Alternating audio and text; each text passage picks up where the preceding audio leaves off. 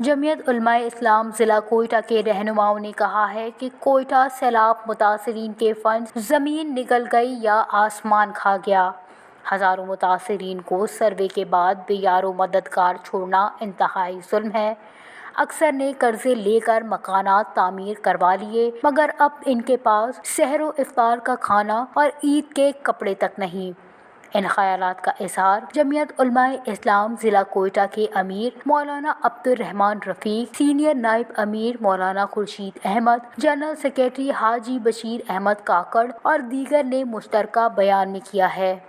انہوں نے کہا کہ سیلاب، کووڈ سمیت تمام آفات کے لیے مختص اربوں روپے کے فنڈ کو شیر مادر سمجھ کر ہڑپ کیا گیا مگر عوام کو کوئی ریلیف تک فراہم نہیں کیا گیا۔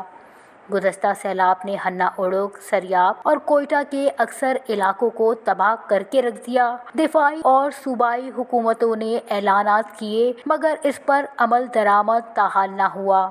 فرسودہ نظام کرپٹ مافیا کے اثرات کا نتیجہ ہے۔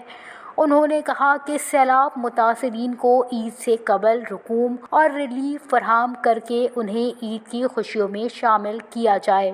افسوس سے کہنا پڑتا ہے کہ ہر وقت کوئٹہ کی عوام کی مصیبتوں سے لوگوں نے ذاتی خواہشات کی تکمیل اور تجوریاں بھرنے کے علاوہ اور کچھ نہیں کیا۔ اب عوام کو جواب دینے والا کوئی نہیں ہے کہ سیلاب متاثرین کی امداد اور خطیر رقم ریلیز ہونے میں کون سا ڈپارٹمنٹ حائل ہے۔